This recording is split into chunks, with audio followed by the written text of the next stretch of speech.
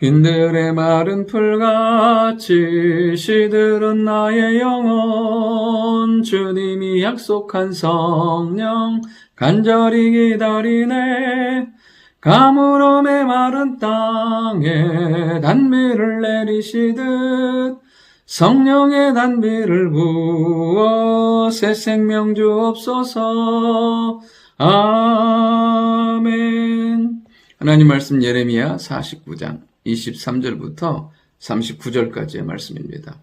하나님께서 열방과 이방에 대해서도 심판을 말씀하십니다. 말씀하신 이유는 하나예요. 그들을 향해서 관심이 있다는 거예요. 사랑하신다는 거예요. 돌이키라는 거예요. 우리 안에 하나님께서 끊임없이 말씀하시는 이유는 심판을 위해서 주시는 말씀이 아니에요. 사랑과 위로와 회복을 위해서 주시는 말씀이라는 것입니다. 오늘도 말씀을 통해서 우리 안에 사랑과 넘치는 은혜가 있기를 원합니다. 오늘 본문 속의 첫 번째는 말 한마디에도 세상의 평화는 흔들린다는 것입니다. 다메섹에 대한 심판의 말씀이에요.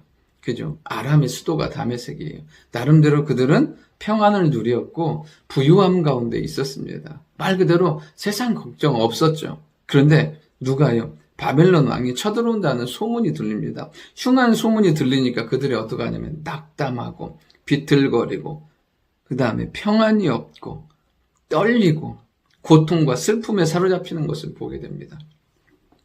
안정이 있었다니까요. 평안했다니까요. 여유도 있었어요. 그런데 누가요?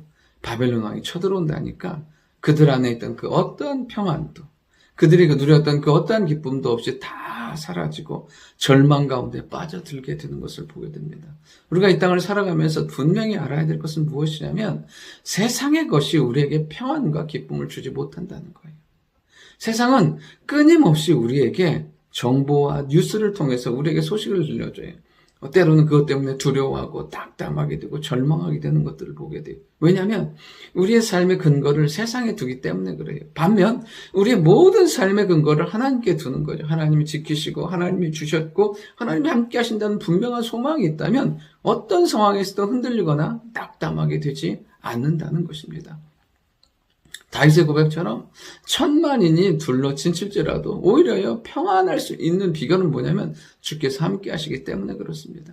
나는 우리의 평안이 거짓 평안이길 원치 않아요. 하나님이 주시는 진정한 평안을 누릴 수 있기를 원합니다. 내게 들려오는 그 모든 소식 가운데 흔들리지 않고 하나님 붙들고 견고하게 살아가는 우리가 될 수 있기를 원합니다. 그리할 때 하나님은 우리의 힘이 되시고 능력이 되셔서 그 모든 우리를 흔들리게 하고 낙담하게 하는 상황을 뒤엎어서 기쁨과 영광의 찬송의 상황으로 만들어 주실 줄 믿습니다. 두 번째로는 피한다고 피할 수 있는 것이 아니라는 것입니다. 28절부터 33절까지는 게달과 하솔에 대한 말씀이에요. 이들은 이스마엘의 후예로 유목민들인 거죠. 근데 여러분 유목민의 삶의 터전은 무엇입니까? 29절에 있는 것처럼 장막이고 양떼고 그 다음에 기구와 낙타예요. 그러니까 이 삶의 터전을 빼앗기게 되는 거죠. 삶의 터전을 빼앗길 뿐 아니라 목숨을 위해서 어떻게 도망가라고 하나님 말씀하세요. 왜? 바벨론 왕이 쳐들어오니까 다 빼앗기고 도망가. 근데 도망가도 살 수 있는 게 아닌 거죠. 그러니까 피한다고 해서 피할 수 있는 상황이 아닌 거예요. 이 하나님의 계획과 심판 앞에서 그들은 자유로울 수 없고 그 심판을 벗어날 수가 없는 거죠. 우리가 이 땅을 살아가면서 우리는 하나님의 계획 가운데서 사는 삶이고 하나님의 은혜의 계획 가운데 임할 때 우리의 삶이 풍성해지게 된다는 사실이에요. 여러분 우리가 하나님을 떠나서 살 수 없어요. 우리는 마치 궤도 위를 달리는 기차와 같은 인생인 거죠. 말씀과 하나님의 법이라는 그 궤도를 달릴 때 기차는 무한 속도로 목적지를 향해 달려가지만 자유롭게 타고 탈선하는 순간 그 선로를 벗어나는 순간 탈선하고 뒤집어지고 끝나게 된다는 사실이에요. 여러분 우리는 하나님을 떠나서 살 수 없어요. 물고기가 물을 떠나서 살 수 없듯이 우리의 인생이 하나님을 떠나서는 아무것도 안 된다는 거예요. 우리에게 주시는 것도 하나님이시고 우리를 붙드시는 분도 하나님이시고 우리를 인도하시는 분도 하나님이라는 사실이에요.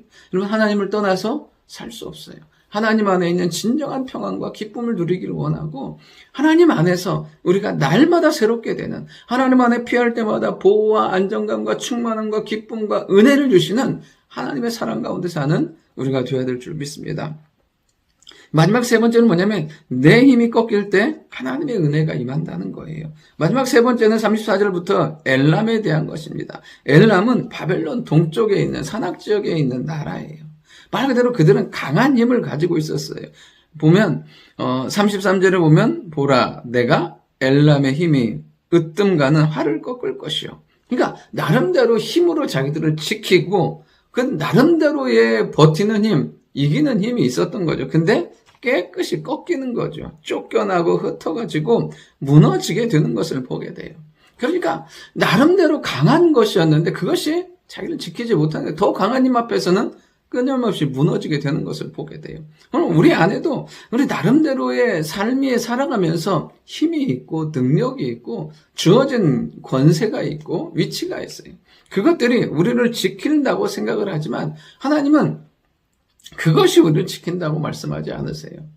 철저히 뭐냐면 우리 자신의 힘이 꺾일 때 내가 아무것도 아닌 것이라는 고백을 하고 내 자신 앞에 낮아질 때 그때부터 하나님의 회복의 역사, 은혜의 역사가 나타나게 되는 것을 보게 됩니다. 아버지를 떠났던 그 둘째 아들, 아버지의 재산을 가지고 멀리 떠났던 그 탕자가 집에 돌아올 때 기억했던 건 딱 하나예요. 우리 아버지가 나를 버리진 않겠구나. 종으로라도 여겨주겠구나. 그거 하나가 그 멀리에서 돼지 주염 열매를 먹던 그가 일어나서 아버지의 집을 향해서 갈 수 있는 힘이었습니다. 아버지는 기꺼이 그를 맞아주고 다시 아들의 모든 것들을 회복시켜 주시는 것을 보게 됩니다. 우리의 인생과 삶, 내 힘이 꺾일 때 그때부터 하나님의 역사와 은혜가 시작돼요. 39절에 보면 말일에는 내가 엘람의 포로를 돌아오게 하겠다고 말씀하세요.